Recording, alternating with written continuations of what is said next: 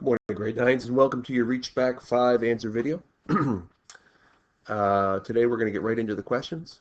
Question number 1 comes from Chapter 2 on rational numbers, and it asks you to rank them in descending order from largest to smallest. So because we have 4 different forms, we have a fraction, a decimal, a square root, and a square or a power, what we have to do is we have to put them all in the same form. So I'm going to change them all to decimals, okay? So 1/5.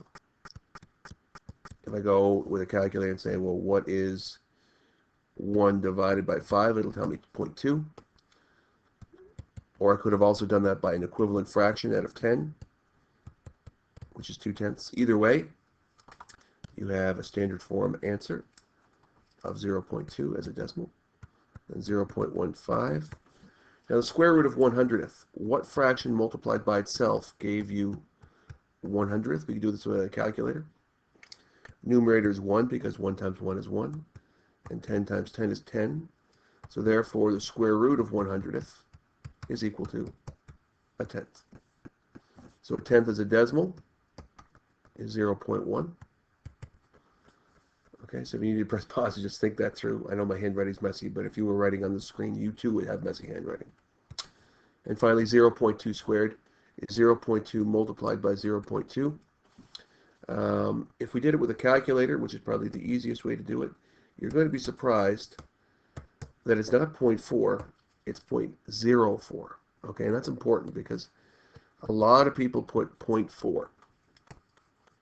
And if you put 0.4, you screwed up your answer, because from descending order, the largest number here is 0.2, which we have to put as 1/5 is the largest. Your next largest is 0.15. Your next largest is the square root of 1/100th. And your smallest is 0.2 squared. So the answer is, it is in descending order already.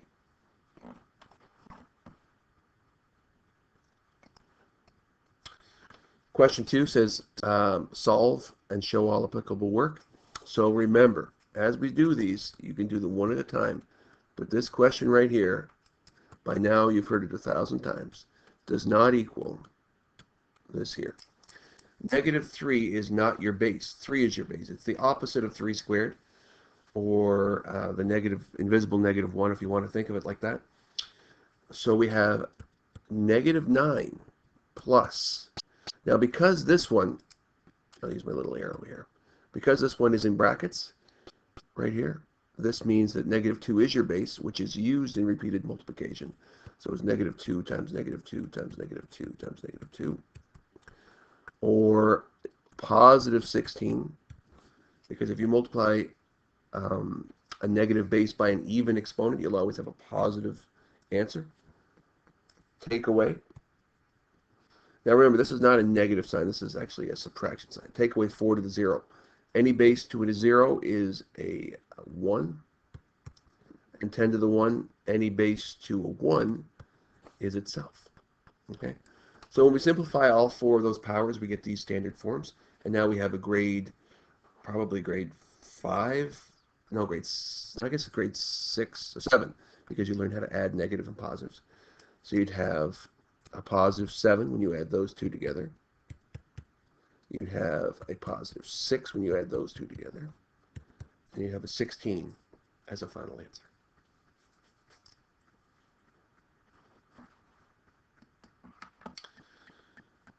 Question 3 from Chapter 4 on scale, factor, and similarity. Now, last week we didn't do it, but this is a reach back. Since we haven't done Chapter 4 yet, we're going to reach back to grade 8 and look at proportionality. It says, use proportional reasoning to solve it. So there are 3 ways, and please make note of all 4 ways. In order for us to figure out 60 kilometers in 4 hours is equal to how many in 5 hours, we can do the first thing, which is figure out what is the unit rate. So how fast was it going in 1 hour? So in order to do that, I can divide both by 4. And 60 divided by 4 is 15, right? So therefore, it was going 15 kilometers per hour, right?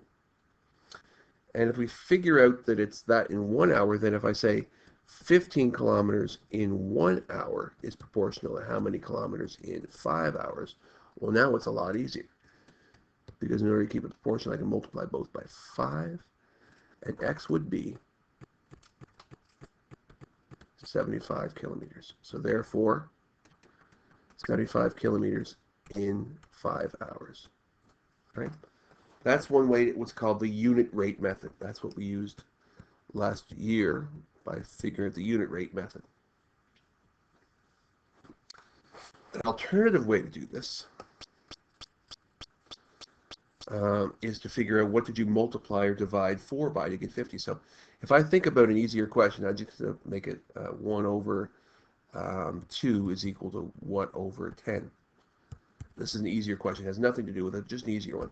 I would know that I multiplied 2 by 5 to get the answer. Now the reason why we did that is we know that 2 times 5 is 10, but this number divided by this number, the 2 that we know, will give us our multiplier. Or 5 divided by 4, if we use it to the actual question we were doing, 5 divided by 4, 5 divided by 4 is 1.25. So that means that 1.25 would have been a multiplier, okay? Because 4 times 1.25 is 5. So therefore, we could have multiplied both by 1.25. When we take a calculator and say, what is 60 times 1.25? It tells us it's the same answer we got before, 75. Okay, so you might have done that method. Right? That's a method you might have used. But for the highfalutin people in the world, you might have remembered that when you are solving proportions, you can multiply across the equal sign. So 4 times x would be 4x. And you get one side of an algebraic equation. If you multiply the other way, 60 times 5, you get the other side of your equation. And once you do that, you can isolate the variable by dividing both by 4. And 300 divided by 4 is 75. All right? So probably not a lot of people use that method. There's probably a lot of people that used this method here. And there's probably a lot more people that used this method. But whatever method you used, you have the answer of 75 kilometers in 5 hours. Question number 4 comes from Chapter 5's Introduction to Polynomials. And now we're going to use algebra tiles. Now this is a negative x squared, right? When it's not shaded in. And this is a positive x squared. This is an x. This is a negative 1. These are x's. And these are 1s. So if we are to add them, what you learn to do is you can combine like terms. So this x squared, or negative x squared, and this positive x squared make an algebraic zero pair. They cancel each other out. This x and these two x's can be gathered or combined. So instead of having 1x and 2x, you can have 3 x's. And this negative 1 and this positive 1 cancel each other out, and you're left with just a negative 1. Okay, so your answer, just using the algebra tiles, is 3x minus 1. Now, alternatively, I could have written it out as negative x squared plus x minus 2, which is that first trinomial, plus x squared plus 2x plus 1. And when we combine like terms, same thing happens. These two make an algebraic zero pair. That x and those two x's make 3x. That negative 2 and that positive 1 make negative 1. So your answer is either 3x minus 1, or, if you wanted to, 3x minus 1. In Chapter 5, or Question 5 on Chapter 7 on multiplying and dividing, it says multiply the monomial by the trinomial. So here we need to use distributive property. And when we do so, we can think about each 2x cubed being multiplied by each term. So I'm going to think of it as 3 separate things.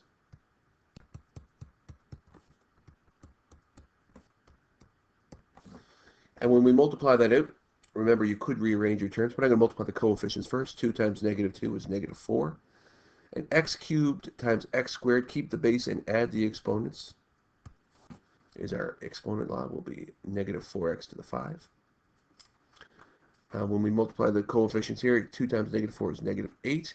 X cubed times x, or x to the exponent of 1, which is invisible there, would be x to the power of 4. And multiply the coefficients. 2 times 3 is 6. X cubed stays by itself. Bring those all together, and you have something like this. But you're missing your operational sign here. Right in here, you're missing an operational sign. But since it's a positive x squared, our connector is going to be a plus. So we have negative 4x to the 5 minus 8x to the exponent of 4 plus 6x to the exponent of 3 is your final answer. And finally, question 6 is your last question for the review today. It says solve for x. Use 2 different ways if you wanted to. You can use 3 different ways. But we're going to do this, I'm going to do it 2 ways, and you can either follow either way you want to do. So the first way I'm going to do it is I'm going to take the expression, and I'm going to change my mixed fraction to 17/6. And you learned this year that if you have an equation that has fractions, if you multiply both sides by a common number, I'm going to multiply by 16. Notice I use brackets here because there's 2 terms. I have to make sure that I multiply both this term and this term by 16, because algebraically I want to multiply both sides by 16. And I'm going to multiply this side by 16 as well, or 16 over 1. So 16 over 1 multiplied by x minus 4 over 2. You could multiply the numerators and the denominators, but the easier way is to cross reduce. Now that you have that, you need to multiply 8 by this numerator, and 8 times x minus 4 is going to be 8x. Don't forget to multiply your second term. You get minus 32. That's a lot of work there. I'm going to press pause if you need to, but I'm going to erase this part here. So that's 8x minus 32 is when you multiplied 16 by half of x minus 4. And when you multiply the next part by 16, you go 16, or 16 over 1, multiplied by an 8th. When you cross reduce, you're going to get the answer of just 2.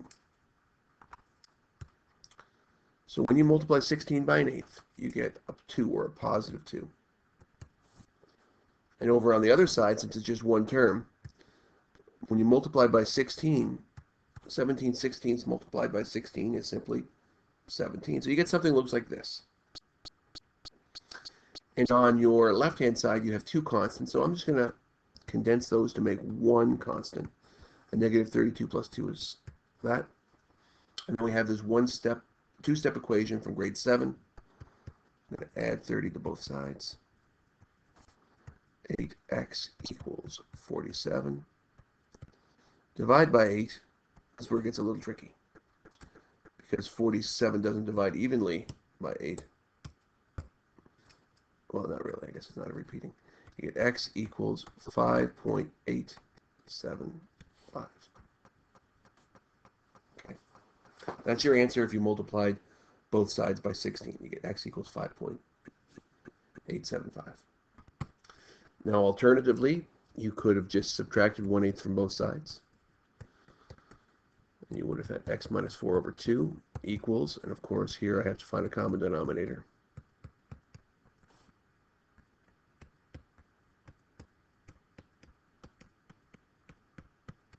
And once I get my common denominator, I get 15/16. Multiply by 2 and multiply by 2.